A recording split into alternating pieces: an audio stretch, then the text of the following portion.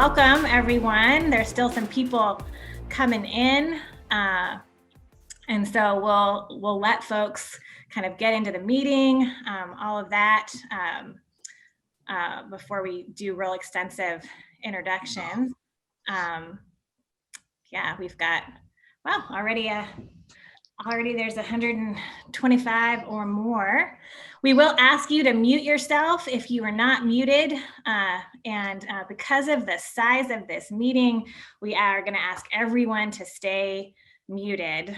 However, we'll let you know how you can interact with each other and with us as we're doing this. So I think we can go ahead and get started.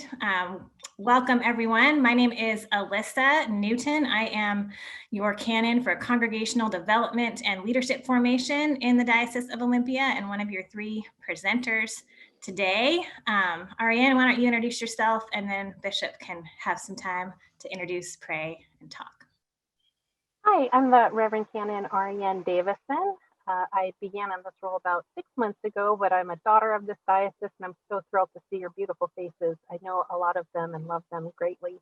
We're here. I'm here to help in any way I can. Awesome. All right, Bishop, would you welcome us and tell people to introduce themselves and all that business? Yes. Good morning, everybody, and thank you for taking the time. Thank you also for your leadership in the diocese, wherever you are. And, probably one of the most heartening things right away is that we have right at 200 people that are registered for this, about 150 already in the room. So I really appreciate you also taking this so seriously, because it is a serious subject. Before we start, I'd like to acknowledge that I'm standing now on the unceded ancestral land of the first people of Seattle, the Duwamish people, past and present, and honor with gratitude the land itself and the Duwamish tribe. And I'd also like to offer a prayer. The Lord be with you. Oh God, guide us through the rough places in life. Grant that we may not fear the loss of you, knowing that you are always by our side, and that life will renew itself in us if we give it time and are willing to wait. And as we rise out of the low places through which we sometimes must walk, help us to be thankful for them, because through them and by them, we may be able to help someone else through the darkness into the light. In your gracious name and by your example, we pray. Amen. So I want to again welcome you and encourage you to put introductions in the chat, because if we went around and introduced everybody, we'd be here until Wednesday, and we don't have that kind of time. So but we're glad that you're all here, and if you want to put in your introductions in the chat, please do that. And thank you for being here. Today's time became, we believe, necessary to offer because this is a difficult period we're going through. It's lasting a lot longer than we thought it would, or maybe we dreamed it would. It seems certain to me anyway that we're going to probably be basically in this, and maybe even in the next week or so pulling back even more. I think the governor may put us back into even more of a lockdown, if you want to call it that.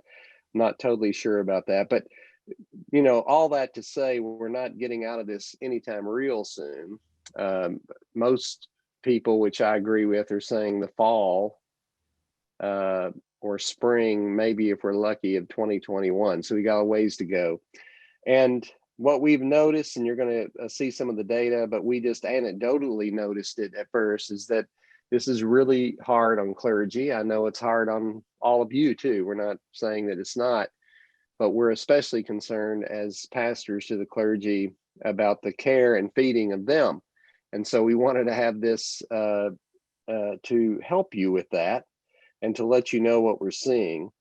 This has been hard because they've had to pivot so quickly. And as I've said before, it's amazing what has been done. Amazing accomplishments in doing that so quickly. But that's caused a lot of exhaustion.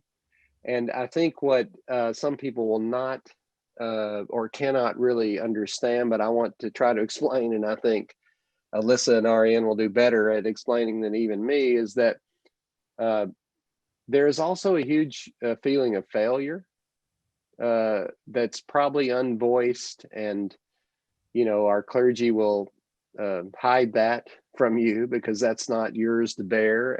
But I'm telling you, I think a lot of them are carrying that around because what they train to do, what they think they're supposed to do every day, is a very intimate face-to-face interaction with you, and that can't be done now. And so I can just say personally, I feel some of that myself. The very first time that one of our clergy people was dying in the hospital, and I realized I could not be at their side, that's a feeling of failure, because I know that's what I'm supposed to do. That's what I'm supposed to do if I can. And so many of our clergy are dealing with that every single day, feelings of failure and inadequacy. And I'm just going to say this if I don't remember it at some point in the middle of this, but in talking to some of the clergy about this, it really is as simple as having anyone say that they're appreciated, that you thank them, that they're working hard. And if you just say that, it's a huge step. But we want to give you some other resources as well. And that's why we're together today. So thank you again for taking this seriously and for being present. And we also know that this is hard on you. We're not missing that at all. But we also know that our role is to try to help you, to help the clergy that are important in our common life together. I will say this too, we, at the presiding bishop's request, we have offered all the clergy, it's an online suicide prevention training, and we're offering that so they can be helpful to you, but also that it might help them.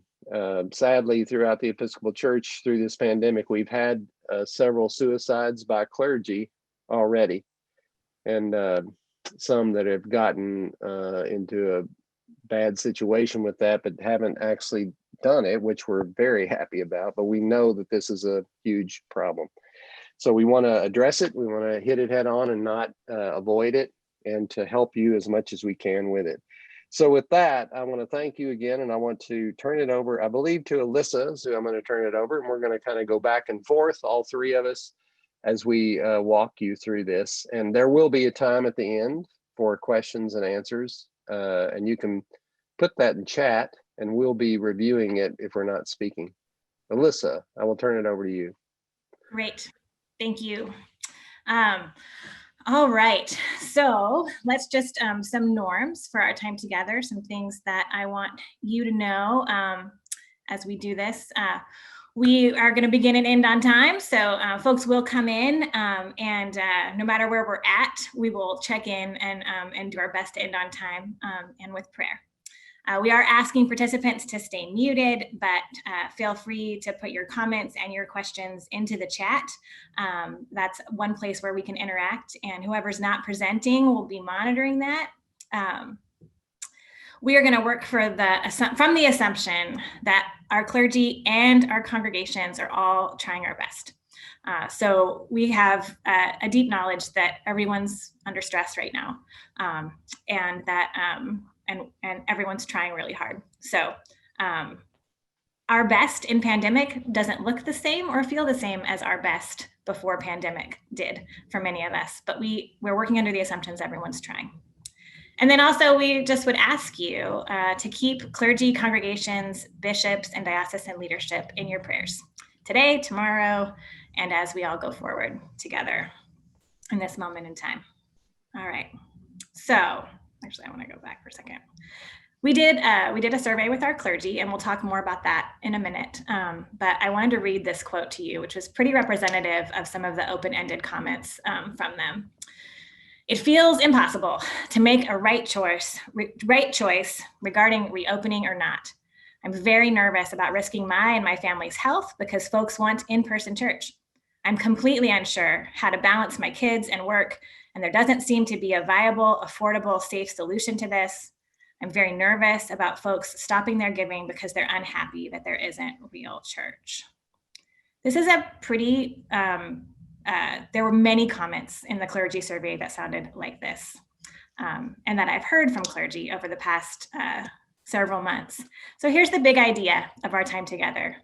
Many clergy are struggling now in ways that are new, just as all of us are. And there actually is a role for lay leadership in understanding the unique challenges facing our clergy and in mobilizing and encouraging support for them. So there's a role for you.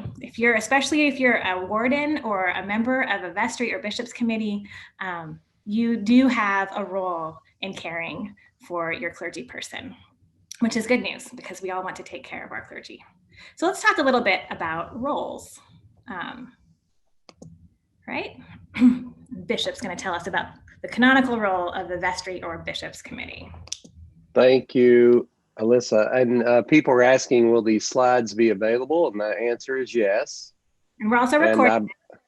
Yes, I don't see that we're recording it, but I bet it's being done and I just can't see it. We are recording it, so you can go back and look at this later. So I'm going to take a little bit of time to talk about canonical roles of vestry and bishop's committee. And in the course of that, well, I would just want to say it now. We plan to do a webinar workshop, vestry wardens and treasurers workshop on February 13th, Saturday of the new year for everyone. And we will take up some of these topics that I'm going to talk about now in much greater detail at that one, but we wanted to give you an overview today. So what's the canonical role of the vestry bishops committee? First of all, they're, and this is a quote, agents and legal representatives of the parish in all matters concerning its corporate property and the relations of the parish to its clergy. And you know, one thing that we're also seeing, not just some depression, feelings of failure, but also conflict has been arising. We're all tense right now. We're all stuck in our houses in some ways where it's a tense time. And some of the conflict that is and angst and anxiety that's in us is bearing itself out in relationship between vestry and clergy in some places. So part of that is just not understanding roles at some time. So I'm trying to clear that up a little bit today. So that's why we're doing this up front. They also approve candidates for holy orders. So people that come out of your congregation that are aspiring to be deacons or priests, you approve those candidates for going forward. They manage congregational relationships with clergy, specifically the rector, vicar, dean, whoever is the priest in charge. The vestry manages that relationship.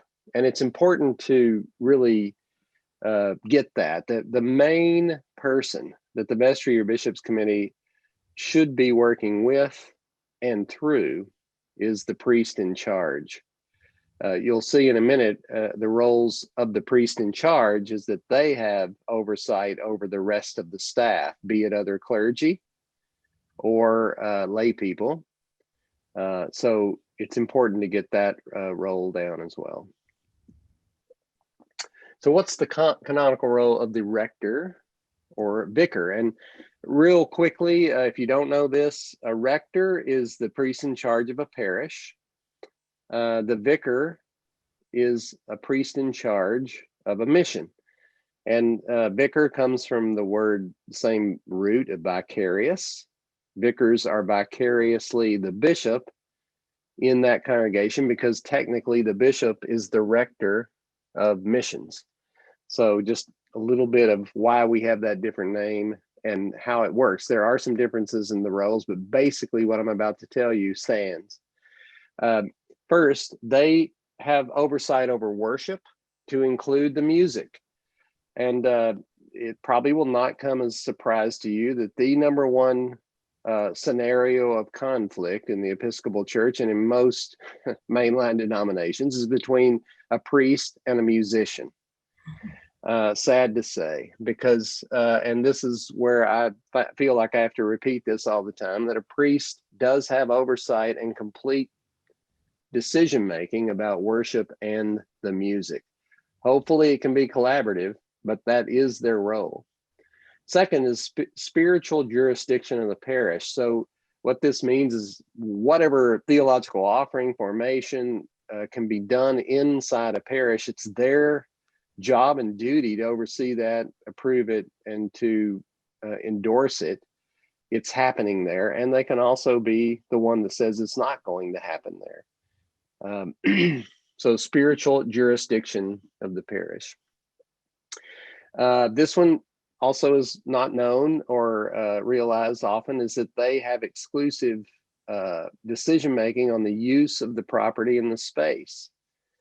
So they can decide if a group, they can decide alone if a group is going to meet or not in that space or the property. Now, of course, the way this was designed is that there'll be trust and collaboration, but that ultimately someone has to be the decision maker. And so we're not, even the canons don't envision autocracy and no discussion.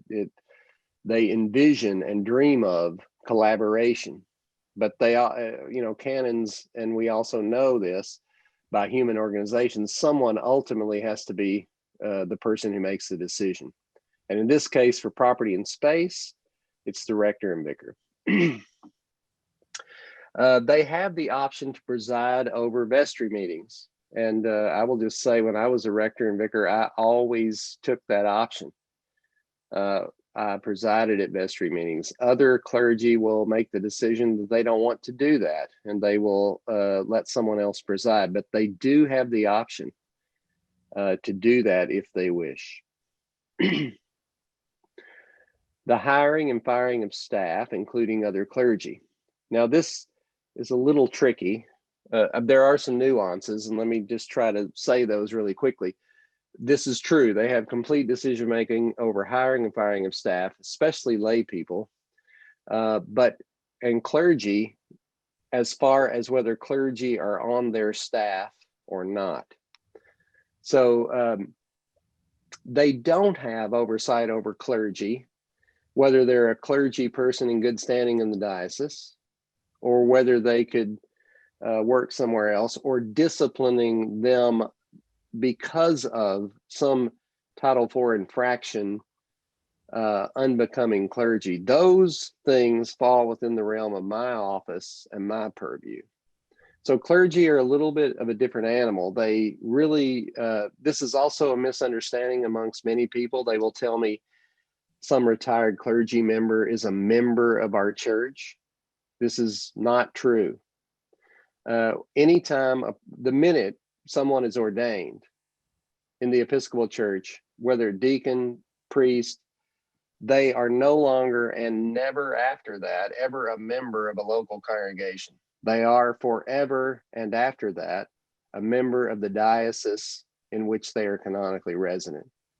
So there is not a clergy person in this diocese that is a member of any congregation. They are a member of the diocese. And so that they're a little bit of a different animal in the sense that I oversee their standing as a priest.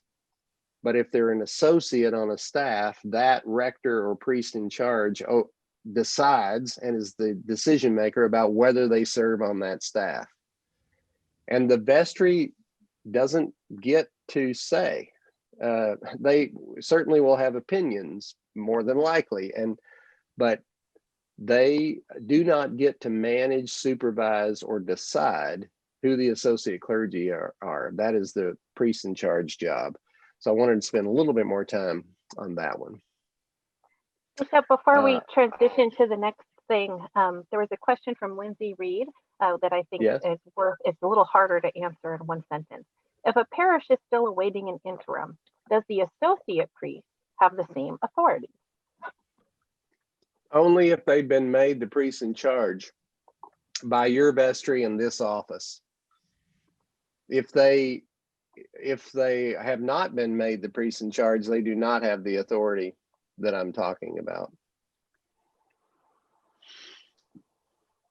So, the other way to answer that question is what should be happening is that we're having a discussion about who will be the interim, who will be the priest in charge in your place.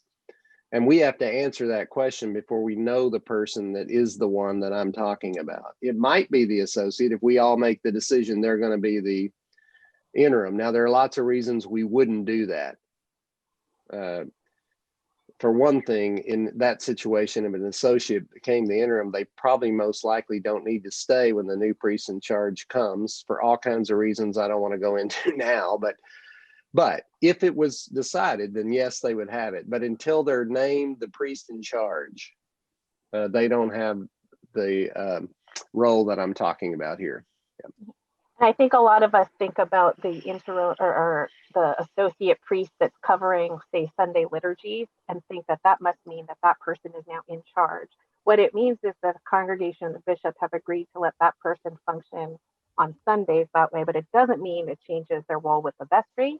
It doesn't change their role canonically. It just means that they're the part that you see as members of the congregation who maybe aren't a part of vestry. It'll look like they're in charge because they're behind the table, but they're not in charge of the business of the church. Yeah, let me give you another quick example. In some of your parishes, you do have supply priests coming in.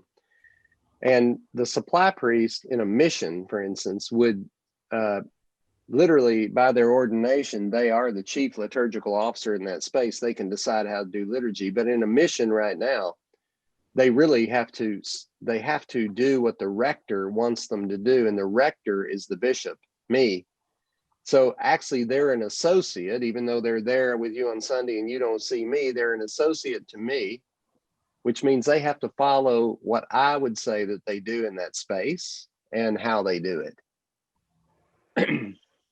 Just quickly, when we say canon and canonically, that means according to church law. So when you saw the things that Bishop was saying that were on the slides in quotes, those were direct quotes from the laws of our church, the national canon. So that's just what that means when we say canonically. All right, Ariane's going to talk about mutual ministry relationships.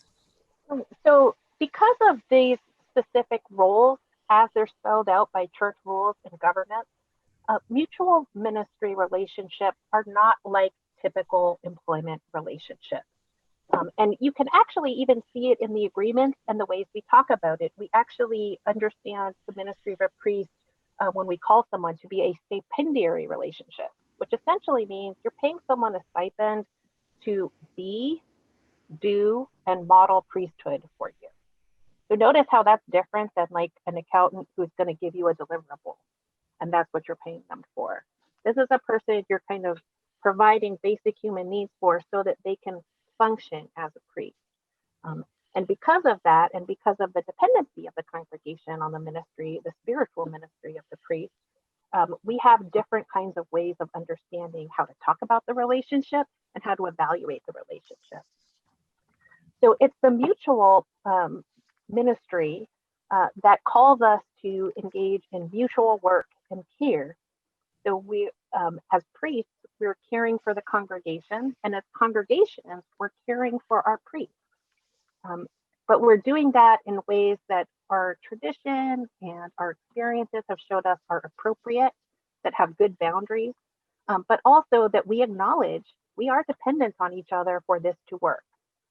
And so because of that, sort of the mutual work of the priest and the people in stewardship is sort of like the priest pastors the congregation, and the congregation provides basic human needs through the budget. The congregation might also do, and this is a stewardship activity, make sure in their letter of agreement and in follow-up that the priest especially is allowed to have rest and recreation, right? We have sabbatical provisions or days off. That's a stewardship task. You as leaders are making sure that one of your precious resources of the congregation, that priest leadership, is stable and can do what it needs to do.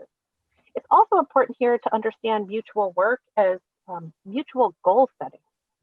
So one of the things that we do is we set mutual goals for our ministry in this sort of setup. And in this, goals are only mutual. Ministry is only mutual if both the priest and people have to play a part. So just as an example, this is not a mutual ministry goal.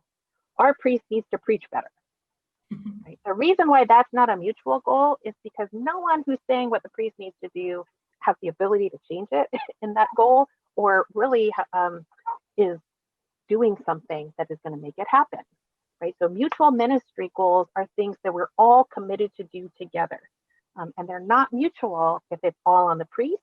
It's also not mutual if it's all on the congregation to set vision and do the work.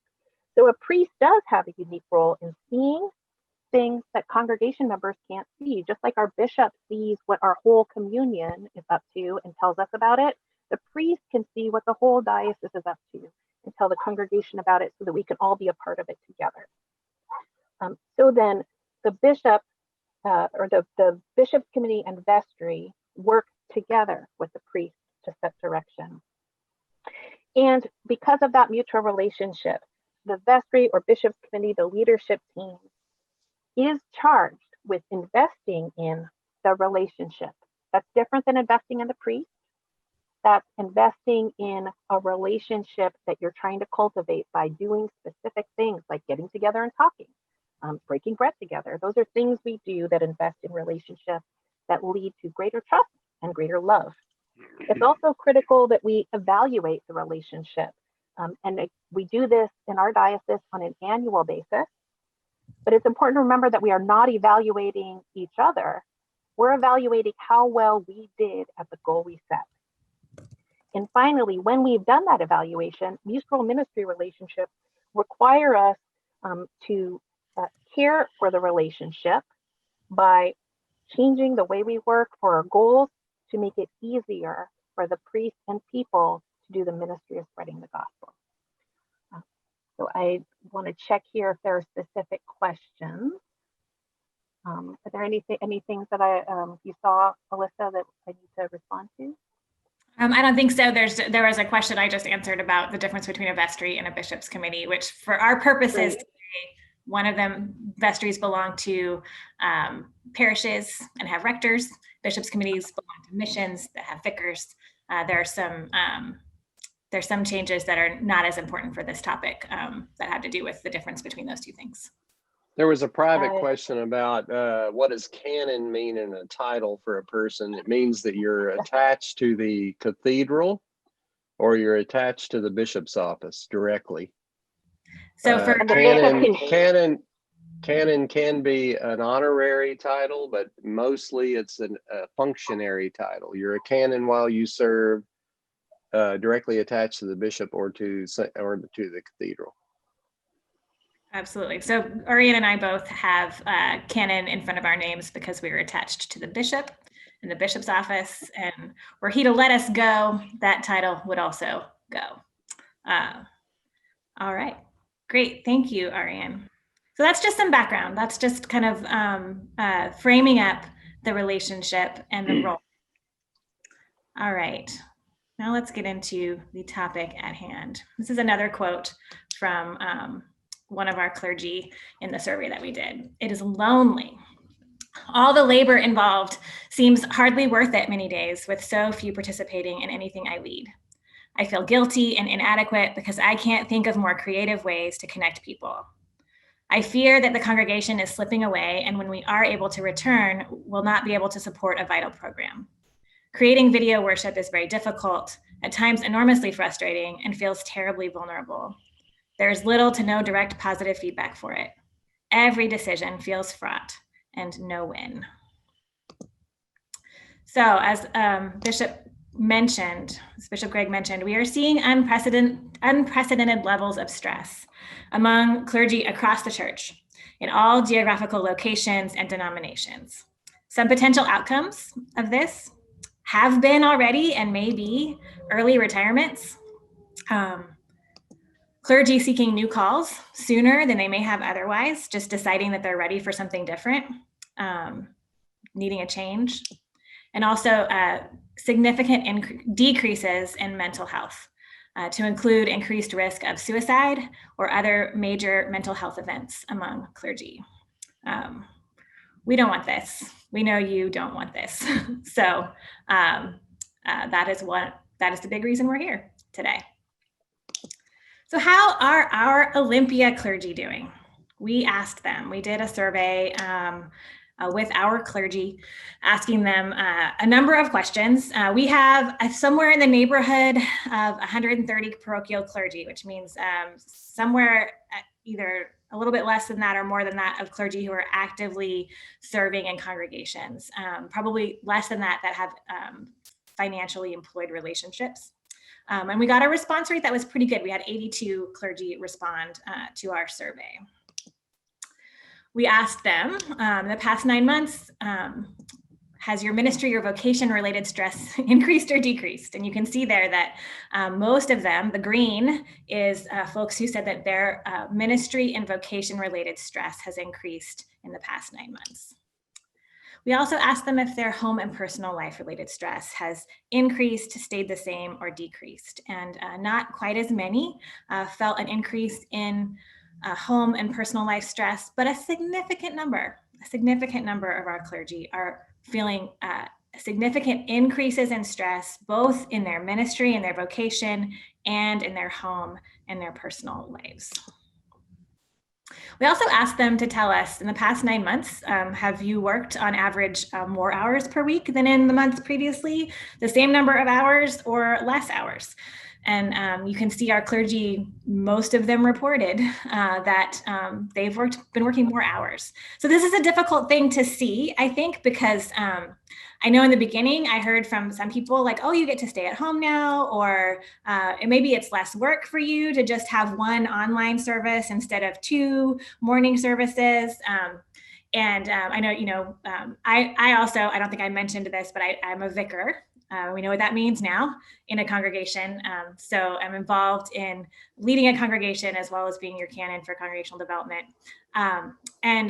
Actually, what our clergy found is that they're working way more, most of them. A few are working less than they had been, but something to keep in mind. And it's invisible work, I think, sometimes. We don't always see them because they're not in the building at church as much for the most part, or many are not.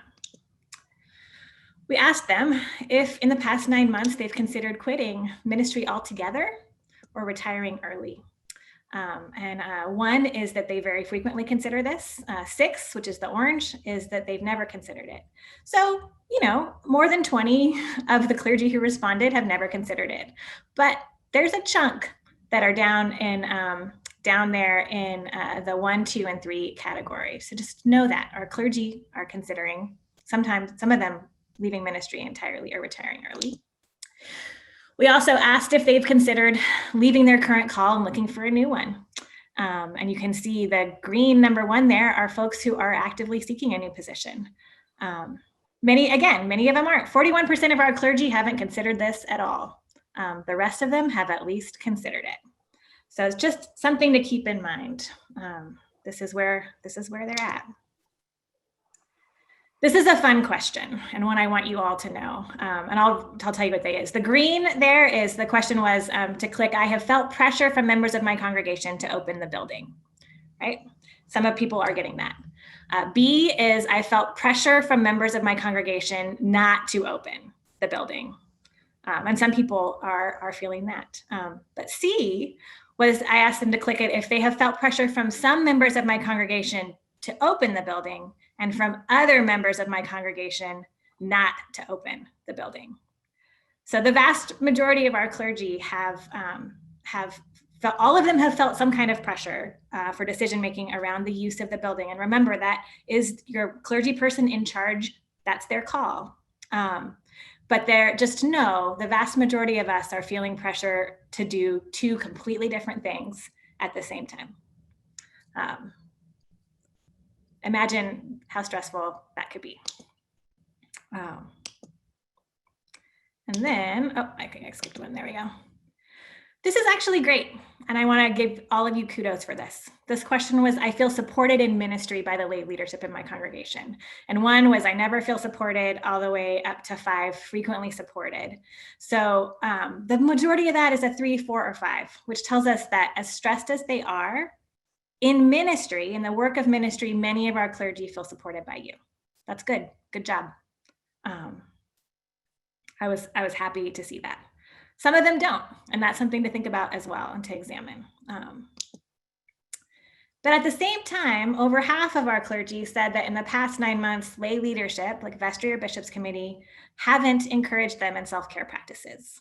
So that no one has checked to see if they were taking their days off or encouraged them to have some time away to recharge.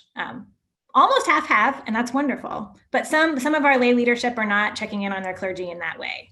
I think this is a kind of a new way to think about it. And this is something I've noticed as I spend time with some vestries and bishops committees out there, is that we're not used to thinking of our clergies as needing support and care outside of the realm of their ministry. And that's been a good boundary, I think, in the past. But also, our clergy have never been under stress like this before. And so just being told or encouraged to take care of ourselves can be a big mental health intervention for your clergy person. And this one too shows a little bit different, that our lay leadership are less confident perhaps in this area. But in the past 9 months, the lay leadership in my congregation has encouraged and displayed flexibility in helping me to balance the demands of my personal life, mental health, and the work of ministry and congregational life. Not quite as many in the 5s as frequently encouraged, although lots of people have felt sometimes encouraged in this. So that is a good thing as well. You're already doing some of this work. So let's just think through for a moment. What are the challenges that all of our clergy serving congregations are facing right now? Every single one of us has had to adapt to a virtual environment. One of the just immediate consequences of that is that we overnight became incompetent at something that we're used to being the expert on, right? That I knew I could walk into my congregation, on a Sunday morning, and I was the person that knew how to preside. I knew where the things were supposed to go. I know what most of them are called, purificators and whatnot.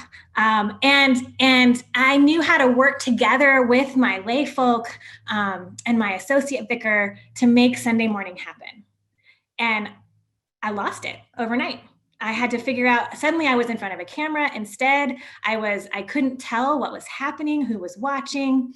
And the one of the places in my life where I felt competent, I was suddenly not competent anymore. And that's a hit, right? That's a challenge. Also, pastoral care for the entire congregation in an extended crisis. I know for me as a clergy person and for most of our clergy, we are used to being there for you in a crisis. When something awful happens in a congregation or to a family or a person in a congregation, I know what to do. I know how to be there. But the difference is that usually that thing isn't also happening to me. And in this particular situation, clergy are finding ourselves in the same crisis as everyone else. We also have kids at home, some of us, and some of us have people who are close to us who are frontline healthcare workers. We're also maybe in a high risk health category and afraid. And so there's just an added pressure of both being there for the congregation in the way the congregation is used to receiving pastoral care without the tools we're used to having, and while also going through the same crisis. There are competing pressures from congregations regarding opening the building or not. And this is something every single clergy person is facing right now. That canon that says we get to decide the use of the building has become a chain and a weight around our necks because that's such a big decision and there's no way to make anyone happy. And if we mess it up, people could die. That's rough. And then, as I said before, we're facing the same uncertainties, fears, limitations, and destabilizations that our congregation is facing. So this is the challenge that all clergy are facing. Let's think through some additional challenges that some clergy are facing. Some clergy have lost childcare options for their children at various points during this crisis. Some of us have school-aged children that need support in their distance learning. I can tell you for me, I have 1 day off a week. I used to get to have 5 hours of that day when my girls were in school to myself. Now I spend the whole day supporting them in their distance learning, which is definitely a break from being at church and doing church work. But it's not the same as the day off I used to have. Some have spouses or partners who are essential workers or healthcare workers. Some are in a high-risk health category due to either their age, and we have a number of clergy who are high risk for this disease simply because of how old they are, or due to other health status situations that they have. Some of our clergy identify as BIPOC, which means that they're Black, Indigenous, or a person of color. Remember, we are in multiple pandemics here, as our bishop likes to say. And so I think there's a specific challenge if you are a Black person, an Indigenous person, or a person of color, especially since many of those in our diocese are working with congregations who are mostly white, not all of them. And there's added stress around all of that in our nation right now, or have spouses and partners or children who are BIPOC. And then we haven't even begun to interact with some of the uncertainties clergy are facing around their own job status. Congregational finances are impacted by COVID closures, which means jobs are potentially impacted by COVID closures. So there's some of the challenges that our clergy are facing. I just wanted to give you a quick look at this. It's not as readable as the other graphs. It was difficult to work with, but number one, there are clergy that said that they're in a high-risk health category. So out of our clergy, there were 34 that said they are in a high-risk health category. We've got 16 that took the survey that have school-aged children who are now learning at home, another 8 that have lost childcare resources for their young children, 6 who identified as BIPOC, and then we have 19 that have children, spouse, or close family who identify as Black, Indigenous, or a person of color. 71 of our clergy have had to cancel vacation, travel, or sabbatical plans. And I know many of us have had to cancel these plans, but thinking through how our clergy are resting and renewing in especially challenging times, it's a loss. And then 67 of them had to rapidly learn new technology skills that I did not need or use before. And then there's a few that have a spouse, partner, or close family member. So if you look at these numbers, you'll realize that most of our clergy have more than one additional stressor in their lives.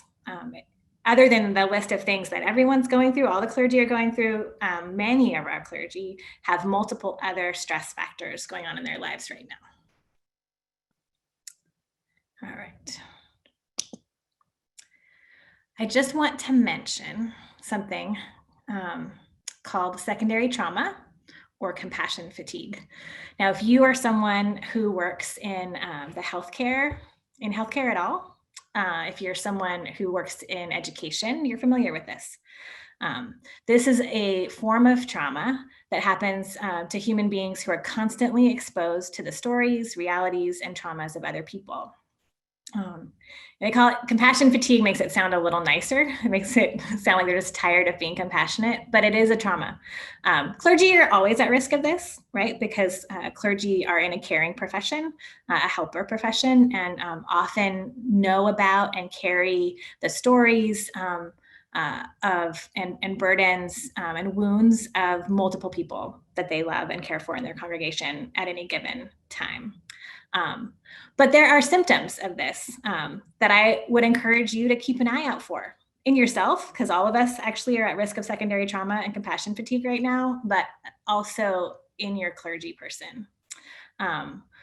There's emotional symptoms. So feeling numb or detached, feeling overwhelmed, or maybe even hopeless. Physical symptoms include having low energy or feeling fatigued.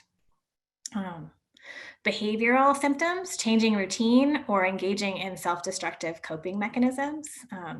So these are risks, right? These are risks. So we've seen, I think, a lot of changes in drinking behavior and other kinds of risky behaviors as we're all stuck at home. Professional symptoms: experiencing low performance of job tasks and responsibilities, feeling low job morale. There's cognitive symptoms for secondary trauma. So experiencing confusion, diminished concentration, difficulty with decision-making, experiencing trauma imagery, which is seeing events over and over again. My husband is a respiratory therapist at Harborview. I'm one of the 3 people that has a spouse who's a frontline worker. And this is something that I suffer, right? So like, I will picture him getting sick over and over again. That's a sign that I'm experiencing compassion fatigue, secondary trauma. Spiritual symptoms: questioning the meaning of life or lacking self-satisfaction, and interpersonal symptoms: physically withdrawing or becoming emotionally unavailable to your coworkers or to your family. I want to actually stop sharing for a minute so I can read the chat and we can talk a little bit about this. So I will reshare in a moment. So I think one of the things that I want to lift up is that if your clergy person is experiencing compassion fatigue, if they're experiencing secondary trauma, you might experience that as them not doing as good of a job as you think they should be, right? Some of those lists of things, right? Like withdrawing or low job performance or being confused. You might experience that as wondering like, well, why aren't they more present to us? Or why aren't they, what's going on with their sermons? They used to be sharper, right? And one way to look at that is they're not doing a good job. Another way to look at that, another way to be curious is to say like, I wonder if they're hurt. I wonder if they've had too much. I wonder if they need a break. I wonder what I can do to help them recenter and find themselves again. Because you are the group of people that have the power to make that happen for your clergy.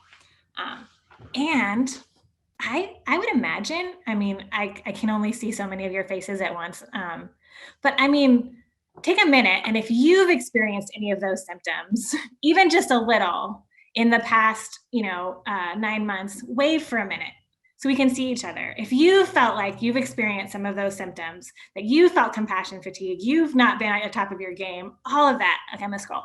Keep waving because I just want to see. And you scroll through, have a look. I'm seeing so many.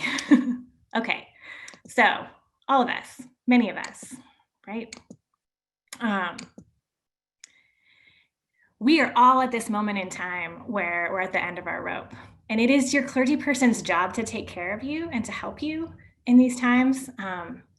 It's our job as a diocese to try to help and resource and care for our clergy, but it's also your job because of this mutual ministry relationship. It will be easier if you have already developed relationships of care and trust and mutual ministry. It's harder, and we're seeing conflicts arise in some places where those didn't exist as well or were not as strong before. But just the big idea here for the moment is that some of the discontent, if you were discontent, if you're feeling upset about church, about your clergy person's performance, if you're interacting with other congregants that are upset about these things, one way to respond as a leader in your congregation is to say, I wonder if they're burned out. I wonder if they're experiencing secondary trauma. I wonder what the other stressors, other than just the stress of being a clergy person, in our priest's life might be right now. Absolutely. And I'm seeing a lot of really, really wonderful comments and compassionate comments in the chat. I also I know you love your priests. I know you love your clergy. I know they love you. I think that actually that like love and care is the grounding place. We learn so much from it. And I don't know about you, but when I'm super stressed, sometimes I'm really the hardest on the people I love. Sometimes I take it out on them. And so that's a dynamic that can be present in clergy congregant relationships as well. All right. Before I move on, Ariane or Bishop, anything you want to add or that I've missed as we've been moving through? No, I don't think so. You're doing great. I think there'll be questions as we get through this, and we'll tackle those as we go along. I'm Awesome. making some notes, but I'll come back to them. Awesome. Excellent. There's so many. We've had some excitement to know what we can do, and that is just a thing we're all trying to do our way out of our anxiety these days. We will give you some ideas about what to do, but I think Alyssa has an activity for us to help us ground ourselves in how we are. Yes. So moving on from this, we are going to do an empathy exercise. So one of the things that can be helpful as we try to figure out how to help other people, how to be in mutually compassionate, kind, and helpful relationships is to empathize. So what I'd like you to do is to try to find a piece of paper or open a Word document, however you best like to reflect. And I'm gonna ask you to spend some time in individual reflection, working on this empathy exercise. And if you're here with other people, connect after this about what you have reflected on. If you're, if there's more than one warden here from a church, if there's more than one member of a bishop's committee. So to start, here it is. I would like you to sit for a minute and write through the obvious stresses and challenges your clergy person is facing. So think through, who is my priest? Who are my clergy, if you've got more than one? And don't put it in the chat necessarily, but write down other than being a clergy person, what else? Are they in a high-risk health category? Do they have kids suddenly at home? Are they a person of color? Are they, are they partnered? I think that there's a certain stress about being in a partnered relationship right now. And if you're stuck at home with that person 100% of the time, there's also a certain stress in not being partnered right now and not having a human to be with you in your home. So think through, who is your clergy person or people? You might have more than one in your congregation. And what are the challenges you can imagine that they are facing?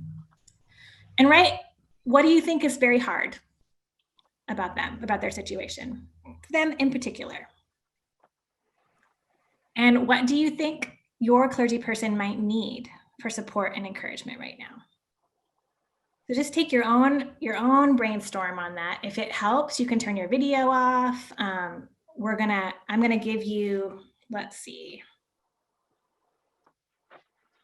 I'm gonna ask you to take 10 minutes and really think about this. And if you run out of things to do in that 10 minutes, you can of course take a bio break if you need one, but also you could spend some time in prayer for your clergy person, for your congregation. But we will come back at 12:33 and start just some discussion and sharing on this. Okay. Come on back if you've been away. I hope you're able to get into that, empathize. We're going to spend the rest of our time, and we will be done by 1 o'clock, if not sooner today, working a little bit on this. And a few of you have sent me private messages about things you wanted to talk about, and I will make sure we do get to talk about those things. So let's go to the next slide. All right, ideas to support. So actually, first of all, I want to stop this for a second, stop the share for a second. Of course,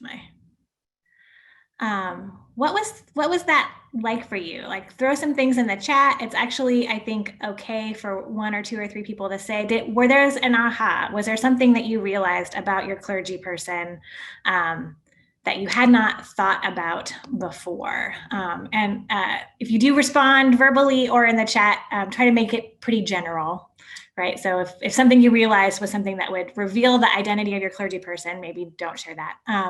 But what kinds of things occurred to you, I guess? And also, you can put it in chat, or if you would like to unmute and say something out loud. I'm just curious how that went.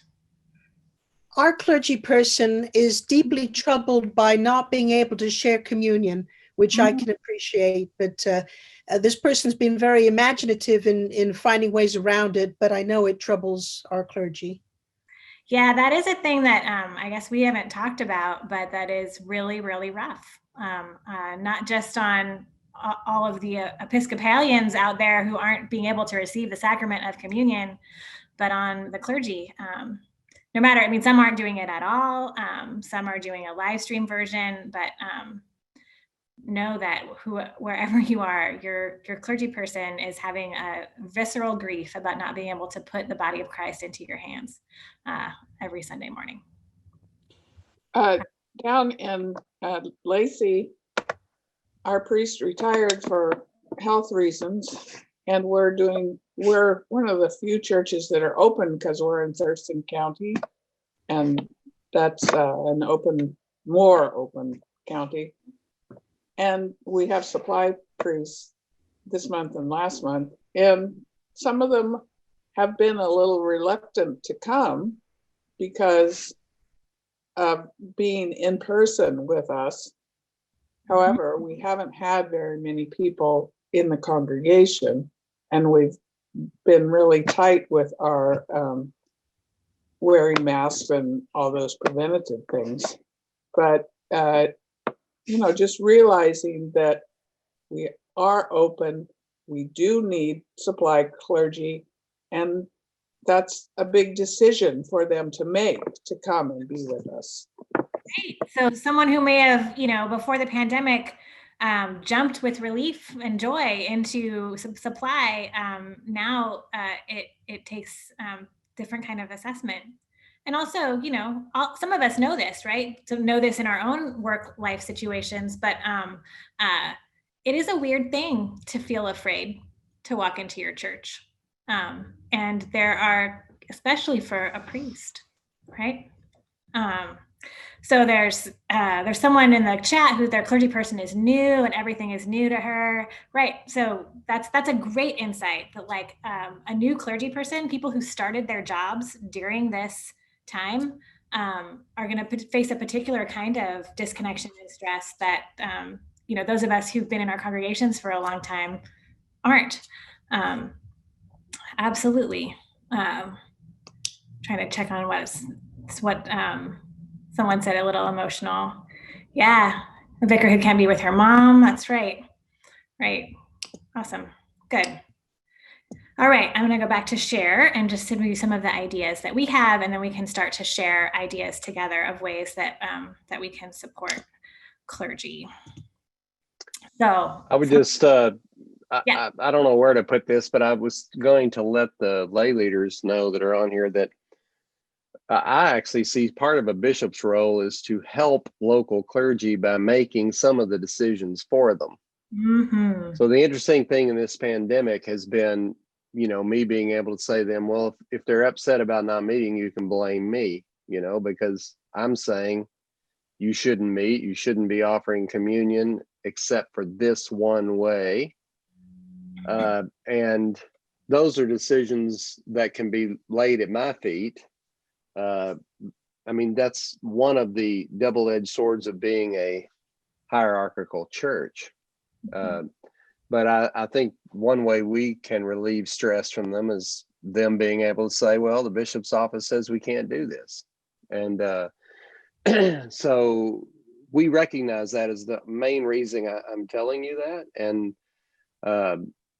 I have urged our clergy to talk to you about this kind of, I would almost call it idolatry we have about the bread and wine.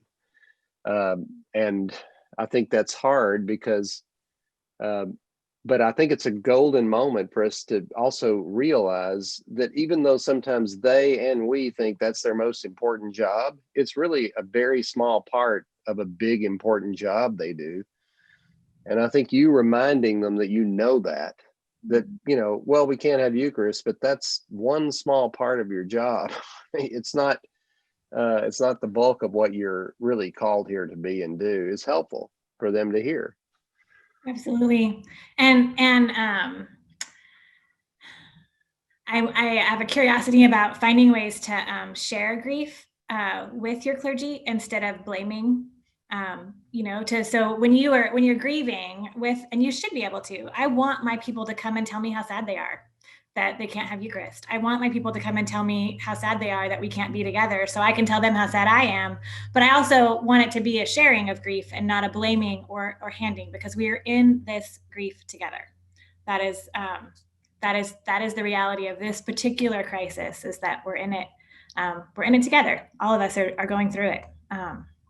Doesn't mean there's not particular. Yeah, I would say in my more cynical moments, some of you have heard me say this, that when we're ordained, we do issue a Bible.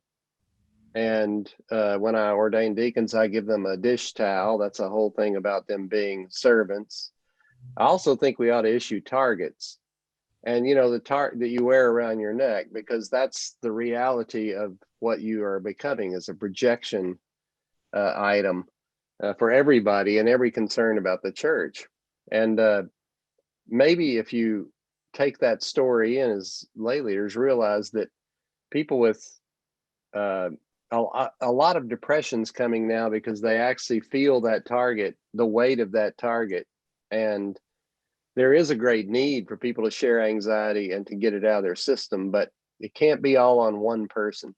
And for you just to recognize that that's happening to them, and if you're in the place where it's not affecting you, that's the moment you can say to them, I know you're dealing with that, and I appreciate that you do for us. Just things like that can go a long way than them laboring alone, thinking that nobody realizes they're getting hit from all sides. And of course they want to say yes, but they can't always say yes. And it's very important to note. Absolutely. So here's some ideas that I generated through conversation with clergy. It was interesting. I got some emails from various clergy people in our diocese when they knew we were doing this, that were like, tell them this, and some really great ideas. So just some things to start us thinking, and I want us all to be able to share ideas. Find a way to regularly check in with your clergy person on how they are doing. And when you do that, take notes, listen, and find some concrete ways to respond. For example, if your clergy person submits a vicar's report or a rector report at every meeting of your vestry or bishops committee, maybe also say, how's it going? Or if you have wardens meetings as a warden, also say, how's everything else going? How's your stress at home? And don't necessarily offer a solution, but just notice. And then think about, how could you respond? And some of these will be ways you could respond, and I have some other ideas as well. For example, you could articulate, if you haven't already, or you could just articulate again, that it is okay for your clergy person to need some extra time or extra flexibility right now. I've heard from more than one clergy person who has noticed that their people have forgotten about their day off. That this like meshing together we have right now of home and work, already it's difficult for many of us to have any separation between work and home. And that seems to have kind of just snowballed, right? So respecting their day off, but also like asking, do you need a little extra? Would it be helpful if, to take an extra day once a month? Or would it be helpful to take some vacation now? We can help you figure out how to cover it. That kind of thing. Let them know that it's okay. Actively encourage your clergy person to take their day off. Actively means out loud. Suggest, and I believe most of our letters of agreement in our diocese include this, but most clergy I know, and I'm also guilty of this, do not do it as often as they should. Suggest that at least once a month they take 2 days off in 1 week, and check to see if even more time is needed. Do the math if your clergy person is not full-time and figure out what that means, right? So as a full-time clergy, I take 1 day off a week, and Saturdays are not always booked, but they're open to be booked. That's pretty normal workload, which means that most of your clergy feel like they're expected to be available to you at minimum 6 days a week. Encourage them to, take a whole weekend every once in a while, maybe even once a month, right? Or figure out with percentages what that equivalent would be for your priests who are part-time. There's lots of part-time clergy out there that still maintain availability 7 days a week to the congregations that they serve. Check in, see if yours is one of those. This is kind of an obvious one, but can be easily forgotten. Just remember your priest's important days: their birthday, their ordination anniversary, the anniversary of coming to be with your congregation.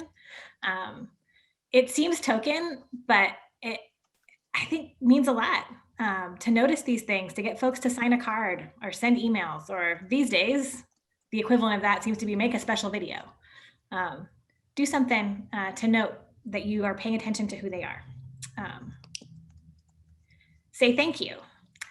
Even if you are not 100% satisfied with your priest's job performance, they're still with you. They're still trying, and they're under enormous stress. So let them know you see and are grateful. If you watch worship and hear a great sermon, let them know. Oftentimes this is true pre-COVID and after COVID. I think, clergy hear from the people who have a problem with their sermon. They hear from people who disagree with a point here or there. They don't always hear that they're doing a good job or that you liked something that you heard. So say thank you. And this one I can't overemphasize. Ask them what they need, and then work with them to see that they get it. This is important because just like all humans, not all clergy are the same. Some clergy need to be left completely alone on their day off. I would encourage all clergy to embrace that particular habit. Some clergy, prefer introversion, and what they really need is more space in their schedule somehow. Some clergy might need permission to, not be as present because they've got 2 little kids at home and are juggling a bunch of things. Some clergy might need help with a particular ministry area that they don't feel like they're good at, and now they're really not good at it.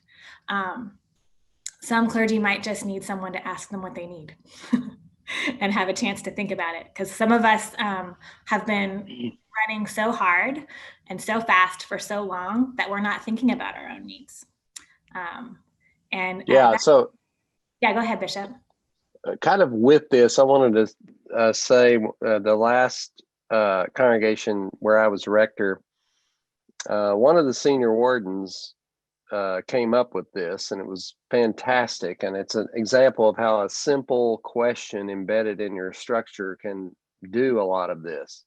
And that was at the end of every vestry meeting, she would ask, how are we doing at supporting you or not? And then she and I had agreed that I would ask them, how am I doing at supporting you or not? And so I think, and we did this in the whole meeting. It was part of the whole meeting, but he made sure as senior warden that was on the, part of what we did, and we put it on the agenda. So I think, you can structure this in. You can be that intentional with, we're going to ask this question every time, and give a mutual time for us to respond to it. Can go a long way and open up a door so that if they would be reluctant to share, maybe in that moment they will. They'll say what really is on their mind and how they don't feel supported, or they do. Mm-hmm. And I mean, maybe they won't the first time, but maybe if you keep it on that schedule, right? I mean, some clergy can't wait to tell you everything they need.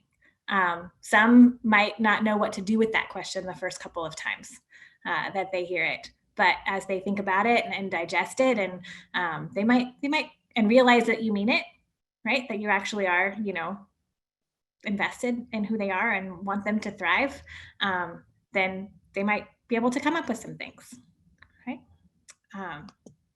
All right. So what are some other ideas, other sort of concrete ideas that folks have that you want to throw into chat or say out loud, ideas for supporting your clergy? Don't forget to support the clergy spouse as well. They do a lot of hard work and they're under a lot of stress too. Yeah, I think that's really true. If there is a clergy spouse. Right. And of course, clergy spouse needs vary from clergy spouse to clergy spouse. I have a spouse who would be somewhat horrified to receive a lot of attention from my congregation. And yet, if he knows that they're loving on me, he's happy. And I think that that's his experience. And there's other clergy, clergy partners that really could use a note, that really could use a little bit of being seen in the context of the congregation. Yeah. Well, I think we as Bishops Committee members or Vestry members can encourage our fellow parishioners to keep up with their pledges so the financial pressures don't build unnecessarily. Absolutely, Lydia. I'm so glad you brought that up, because one of the ways I didn't include on that list that I actually wrote as a note is that you can talk to other people in your congregation. So you can encourage your priest to take their day off by telling everyone to leave them alone on their day off, right? By enforcing that in your community. You can encourage other people to thank them. And if you hear other people, like you have a lot of influence in your congregation, they elected you to leadership. So you can make sure that you are saying positive things about your clergy person, that you're encouraging your congregation to have a culture of kindness and compassion toward your priest and toward each other. You can say things out loud like, we are all having a rough time right now. I wonder what it would be like to give our priest a break, right? John, Thanksgiving might be different Christmas can be different this year too. Dennis, I see your hand. What do you got? Yeah, so I'm the senior warden in our parish, Christ Church, Tacoma. And when I had just become senior warden when the pandemic shutdown occurred, and we immediately switched all our stuff over to Zoom. And we had vestry meetings and weekly leadership team meetings, and for a while, our priest and I just had our own Zoom meeting. Well, at the beginning, it was like your first kiss. It was novel. It was really exciting. And we have to be aware of this issue about like Zoom fatigue that somebody mentioned, that after a while, the old methods don't have the same stimulus. They don't have the same oomph, and I'm trying to think of new ways to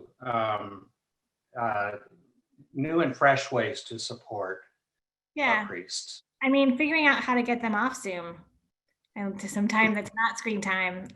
It's kind of at that point now too, right? That I've come to cherish phone calls as opposed to Zoom calls. And again, like, this has been said lots of times, this is a marathon.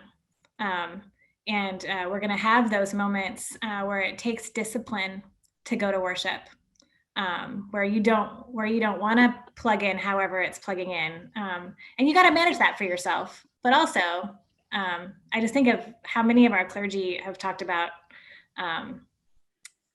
just knowing that their people are having trouble on Zoom. Zoom's not the same. Having trouble on live stream. Live stream's not the same. But remembering that it's not the same for us either. And we're showing up every Sunday and doing the best we can to provide worship. And worship is the work of the people. When my people aren't there, it's not worship for me. Even though, there's some days that as a priest, I don't want to stand in front of a camera and preach again. But I know my people are out there and I want to do that for them. And so like showing up for each other as community, even though it feels impoverished sometimes, is another way that you can support your priest. For sure. Mhm. Gather contributions. Yes. Special things for them. Let them know you see them as a human being. And got so many. You know, good in our tradition, we actually say that senior warden is called the priest's warden, and the junior warden is the people's warden. And one of the reasons for that is the senior warden really does have in their portfolio the chaplain to the rector. And so often what I see is somehow we, and it depends a lot on the local situation, but it turns into the job's supposed to be the loyal opposition, or the great antagonist sharing with the priest everything that's wrong in the congregation. It's actually supposed to be a chaplain position. If you've taken on senior warden, part of your role really is to do some of the things we're talking about. And somebody on here said it can't just be the senior warden. I totally agree with that. But the senior warden has to lead in that regard, I think, and kind of always be intentional about bringing that to the front for the congregation, because the priest isn't going to do it. And those of you that have been in visitations with me, I always make a point, and it really is only if I believe it, but when I'm at a visitation, I make a point of thanking the priest and giving you an opportunity to thank them. And those are often very moving moments, because it doesn't happen enough. It doesn't happen very often. And so the more we can do that, the better. I mean, I do it, quite frankly, because when my bishops would come, they never did it. Mm. And I would sit there and think, it just, how hard would it be for them to say, I really appreciate his leadership here and what he does for you every day. And, how hard would that be? And so I almost always do it. And I'm there every 3 years. You're there all the time. And if you did it every Sunday, of course, that's too much, but you've got to do it on some regular basis, and make sure you're asking those questions. All right. One more. I was just going to say, I think also encouraging them just to go outside every day. Even my husband and I made a pact with each other that we will go outside every day, even if just for 5 minutes, just to breathe in that fresh air and really the Holy Spirit through that fresh air and nature. Mhm. And even if it's raining, I go stand on the front porch for 5 minutes just to get away from the computer, away from inside, and just breathe in nature for a while. Yeah, absolutely. And I know that it's easier for me to do that when I feel like my congregation and for me, my bishop, because I work with him pretty directly, are okay with me doing it, right? So maybe less about telling them, hey, you should make sure you're outside every day, and more about making sure that they know that if you send an email or you do a phone call and they don't answer it because they're outside getting some air, that is what you want. You want them to not answer your call if they're outside taking a break for a minute. But that's your ideal scenario, and you trust that they'll get back to you. That's excellent. Yeah. So we are at the end of our time. There's 2 more things that I want to say to you. First thing is that we are a resource for you and for your priest. I just want to make that really clear. Like, this is a special webinar that we're, meeting that we're doing, but the diocese, we're here to support the development of your congregation. And that's why we're doing this, right? Healthy congregations. It's hard to have a healthy congregation if your priest is about to burn out. And so if you need something as leadership that your priest doesn't have the answer to, or you're not able to find, I am your canon for congregational development and leadership. You can write me and ask me. Ariana is the canon to the ordinary. You can write and ask her. And our bishop is especially amenable to receiving emails from anyone. He loves it. So he is also a resource to you. The other thing that I want to say is that how you treat your priest now, how you learn how to care for your clergy person, will build things into your church system that will be healthy and positive long after this priest is gone. So even if, and maybe this isn't true for any congregation here, but even if you have some real problems in your relationship with your clergy, even if your clergy person is about to go or really not doing great, or all of those things, choosing to support them, choosing to find ways to say thank you for the things they are doing well, to find ways to appreciate them, building that into your life and your culture in this moment will help your congregation survive, not just this pandemic, but going forward, and build healthy relationships with future clergy. And I think just make you a better place to be. I would rather be somewhere where people are nice to people. So my hope is that whatever situation you're in, something useful for you here. So that being said, it's 1 o'clock. Thank you. Bishop, will you say final things and pray us out? Yeah, I'm going to ask RN to pray us out, but I want to thank all of you for being here. I want to thank Alyssa and RN who put a lot of work into this, especially Alyssa. She has coordinated this and did the bulk of it, and I really, really appreciate that. I think one thing that you might do for me, putting in the chat before we go, is whether you'd like to gather like this more often. We gather with the clergy. I have been since pandemic started once a week, and they found that to be very important and helpful. And if you would be, I don't think we do it that often, but if you would like to meet every, once a month just to talk about anything that's on your mind, we'll do it. I said to the clergy, I'll keep showing up until you don't. And we can do it the same way with you. If nobody comes, we won't keep doing it. If they come, we'll do it. But if you're interested in that, or you think you might do it if we did it, you can put that in the chat, and we'll do that. All right. Thank you all. RN, will you pray us out? The Lord be with you. With you. Let us pray. Holy One, you sent your Son to come among us, to marry flesh and spirit, and show us the way of love. Bring us with you and your fellow servants to all the places that we have been. Help us grieve and acknowledge the places we no longer can safely be. Enfold us in your compassion and mercy, and strengthen us to be your reconciling love in a world that desperately needs it. In the name of your beloved Son, Jesus Christ. Amen. Amen. Amen. Thank you all for everything you do, for your leadership, and for being here today. Bye-bye.